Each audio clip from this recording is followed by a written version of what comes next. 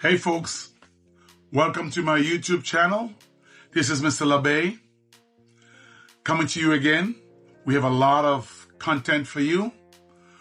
We ask you to like, share, and subscribe to this channel. We have great contents coming for you. Today, we are going to do some storytelling by Mr. Labay. So stay tuned to hear some good stories.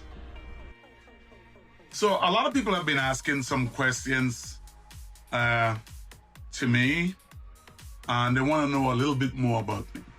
So today, I want to take the time out to share a little bit more about my history.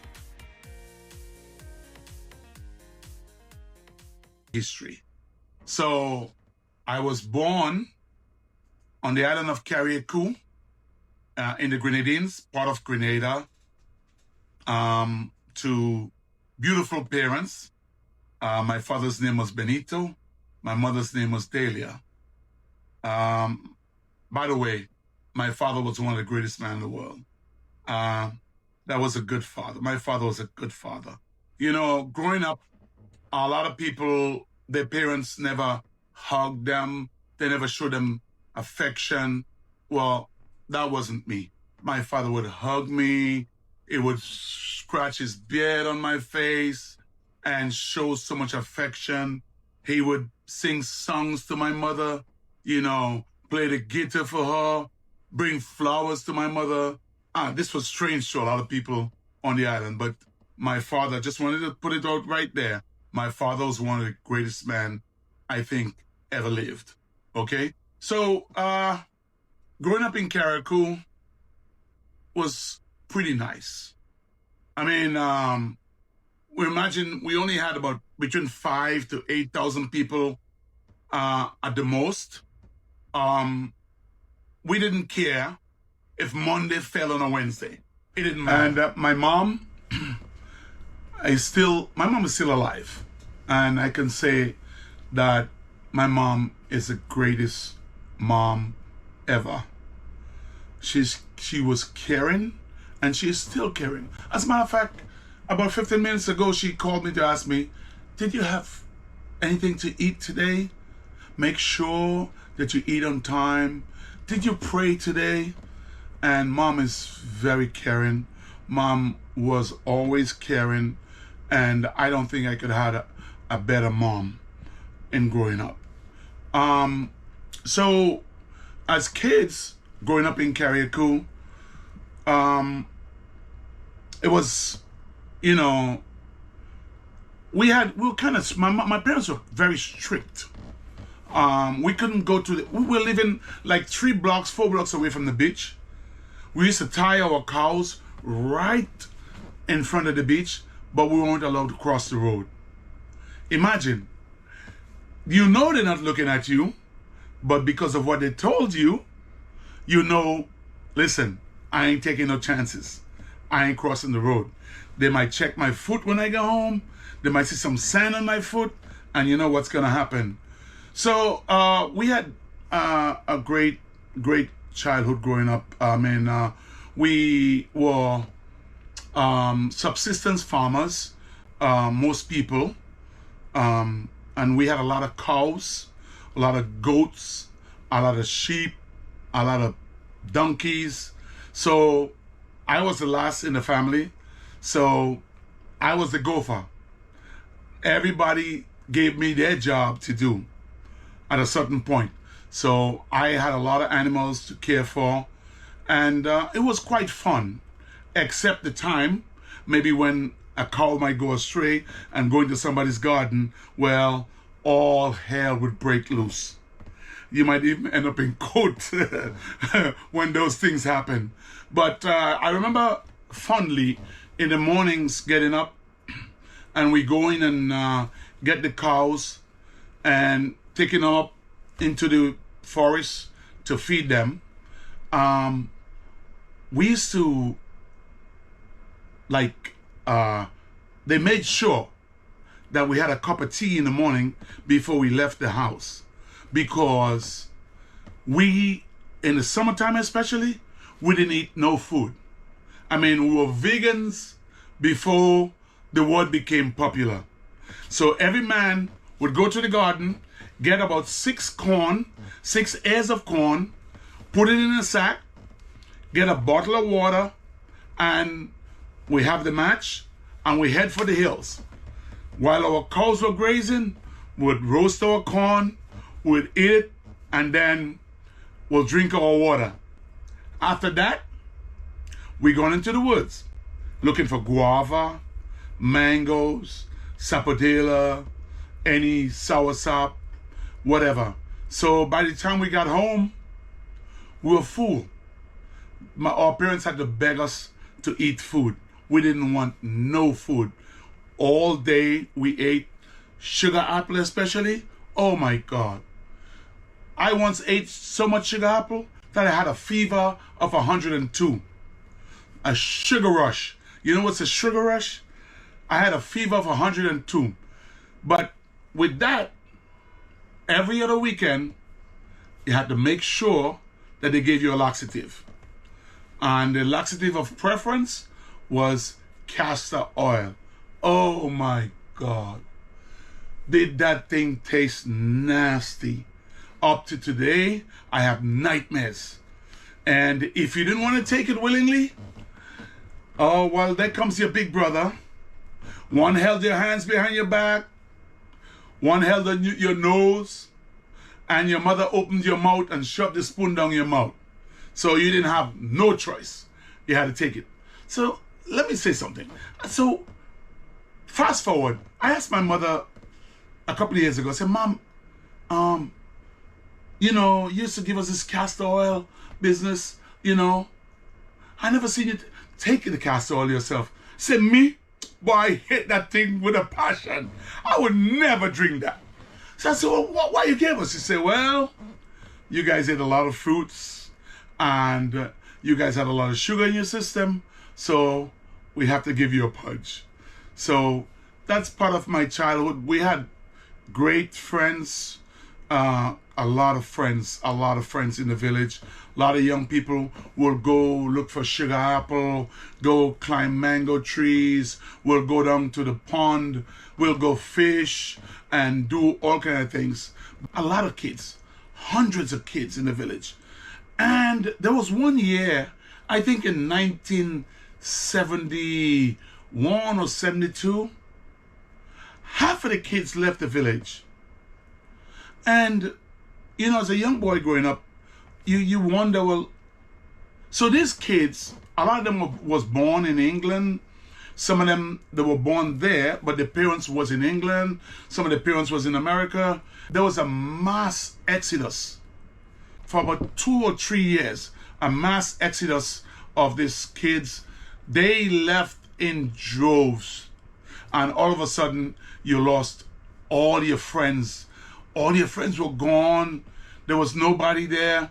That was a real sad part of my growing up. But, you know, as kids and young people, you learn to heal and you moved on. And, you know, when I came to America, I met a lot of them here. And some of them came back from England, you know. So that's part of my growing up. I think it was a beautiful time. You know, I'm shooting a video. What's up?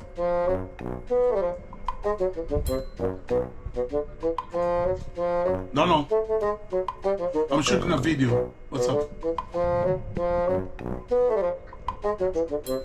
Who Michael?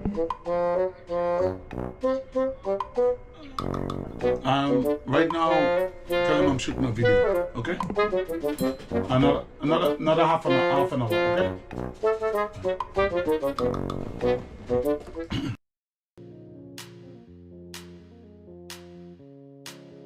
People also ask this question, how was it like in Carriacou?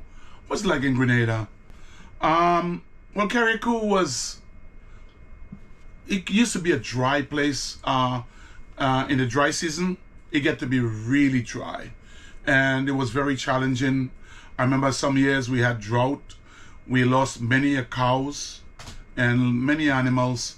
But when we got the rain in the rainy season, It came at a certain time. So once you see the clouds and everything set up, you know it was planting season. When the rains came, oh, they came. And then we planted corn, which was one of our staple. And in when you dig the holes for the corn, we use a hoe, and you dig the hole, a number 2 hoe, and you dig the hole, and you put in there 3 corn seed and 2 pigeon pea seed in that hole, and then you'll cover it. And later on, we'll do groundnut, which they call peanut. We called it groundnut, and we planted cotton also, and we planted cassava, the bearded cassava. So when the corn started to grow, you had to go in the garden and weed. All the weeds would come up. My goodness, I hated to weed. You had to go in the garden and weed all these weeds and stuff like that, and get them clean, and your parents was right. They were right on your back. And I'm telling you, we had garden in 3 different villages. So we had acres, and everything was done manually. And so we'll grow the corn, we'll grow the peas, and we'll grow all that stuff. And that was our staple that we had.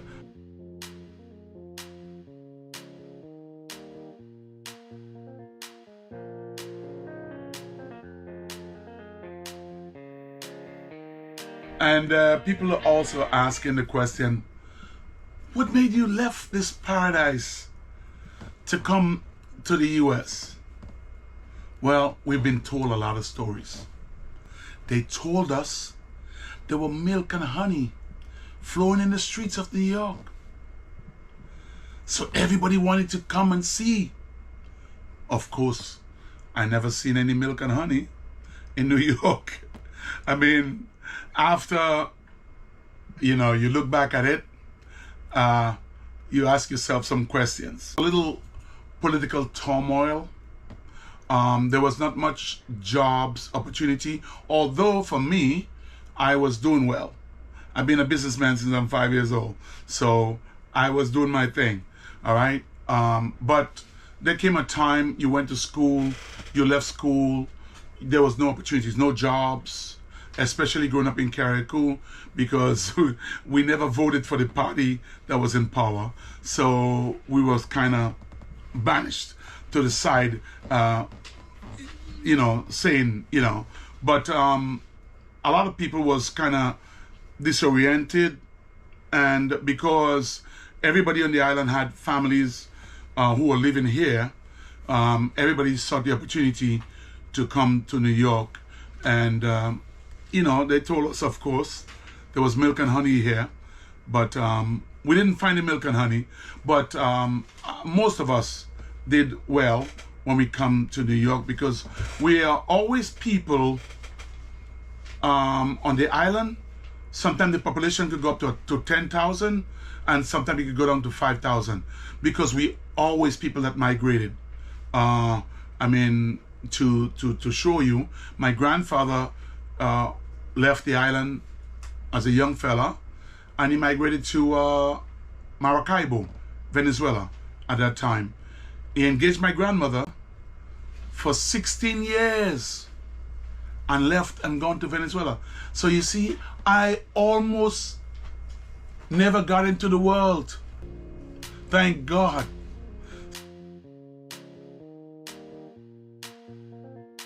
So people are also asking, what's your first job in New York when you came?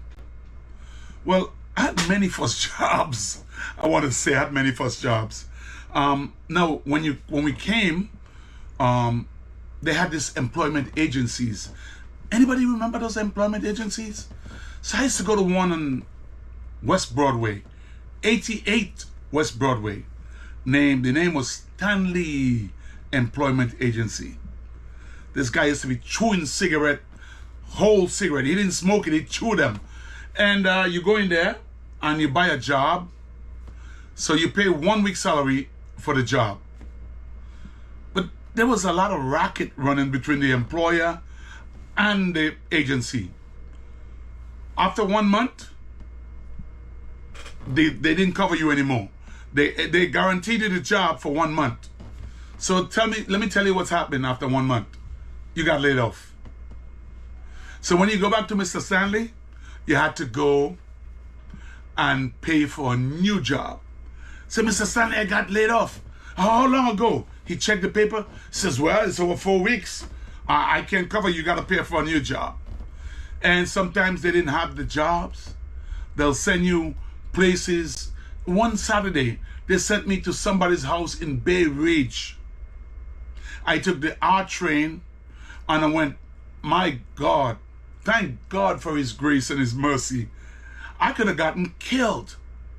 Went knocking on this door. The lady says, what are you doing at my house till 7 o'clock in the morning? I says, I came from they told me that there's a job here. There's no job here. This is my home. So I learned that they were scammers for a long time, you know. So, but my first real job, I worked over on Flushing Avenue over here, a place called Reliable Sample Card, on Wassoff Place. I never forgot. Now imagine I could have taken the train to come home, or the bus was closer. Just had to take the Nostrand Avenue bus and the Church Avenue bus. But I used to take the train and I would go all to Manhattan then to catch, that's the only way I knew how to get home. So they used to make sample cards for the fashion industry.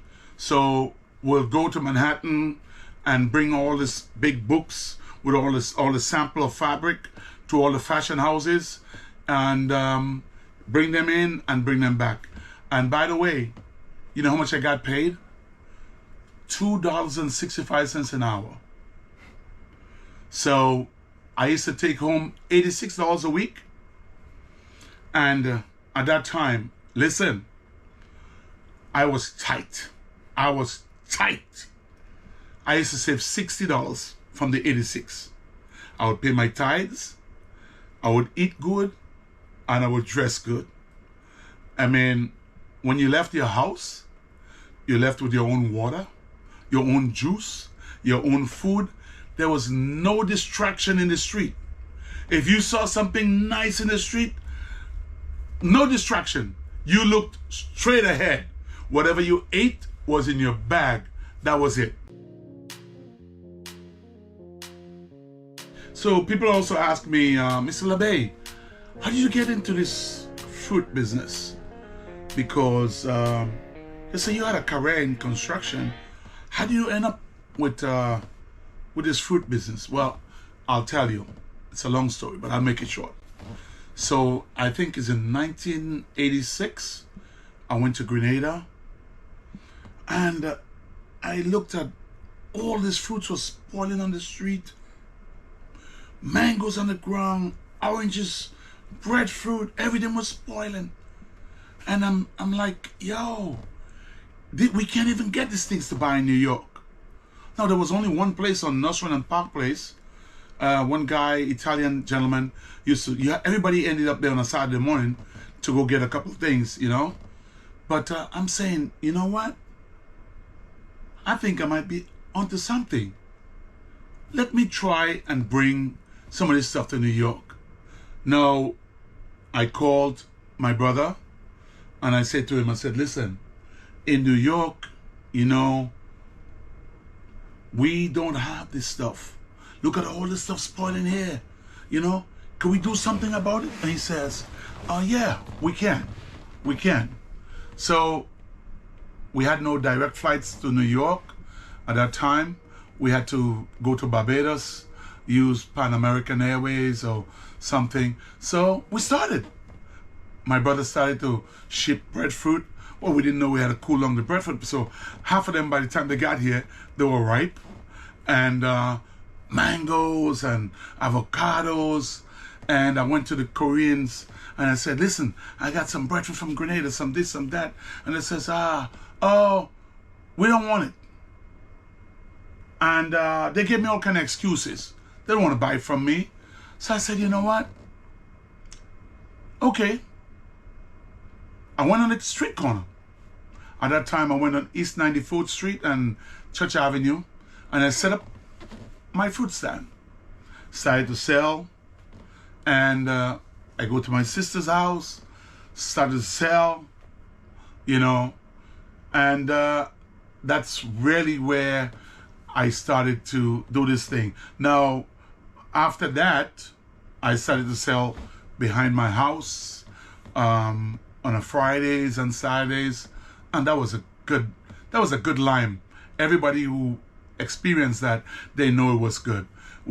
I look forward to Fridays and Saturdays to run into the airport, leave work early, run to the airport, and come back and come with the fresh fruits and the fresh fish, and everybody would leave their jobs and come to get it. And you know, one thing led to the other, and here we are today. But in the journey, it wasn't always easy. We lost a lot because we were inexperienced. We didn't have no license when we started. We didn't know that we had to clean the fruits a certain way. So, you know, we lost a lot of money. A lot of money. I used to have to take my paycheck to pay for stuff. I hope my wife doesn't see this one. So a lot of people are also asking, what do you see yourself maybe 5 years from now? How do you see the business? Of course, I hope by God's grace that we can still continue to bring the best products source it from all over the Caribbean to New York and all over this country to our people, and maybe branching off, doing some franchises and branching off and giving some other, because there's a lot of places in even in the city of New York that could use another Labay Market, and people are asking me the question. So maybe we might be able to do that. We're gonna try to venture out into some other stuff. I mean, right now we are doing some merch, t-shirts, we're doing some hats, some, you know, sunglasses. You see the sunglasses I'm wearing? This is the Labay brand. You can see it right here. That's Labay brand. We branched off into some sunglasses, beautiful ones, by the way, and some other stuff. Our core thing that we want to continue to do is to make sure we supply the people with healthy foods, good foods, you know, stuff that your parents grew up on, stuff that they tried and tested and know that it was good for them. And we would also like to do some maybe some agri-tours, taking people down to the farm in Grenada and showing them where we grow a lot of our stuff, and having people go doing some foraging and stuff like that. So there's a lot of plans in store, and we hope by God's grace He give the strength and the grace to make it. I know I have some fans in Kenya, that's in East Africa, Yabohanse. We give a shout out to Ayamawa and the whole crew over there in Yabohanse, Kenya. I want to send my condolences also. I know you guys had a freak storm over there and did a lot of damage. I just want to send my condolences. My whole staff, everybody, send their condolences. Our prayers are with you, and we hope that you recover very fast. So people are asking, when are you gonna come? When are you gonna come? So I would tell you like the Jamaicans would say, soon come, man, soon come. So that's the end of our storytelling for today, folks. I'm so happy that I had to spend this time to spend with you. I value all my fans out there. Please don't forget to like, share, and subscribe to this channel. Tell a friend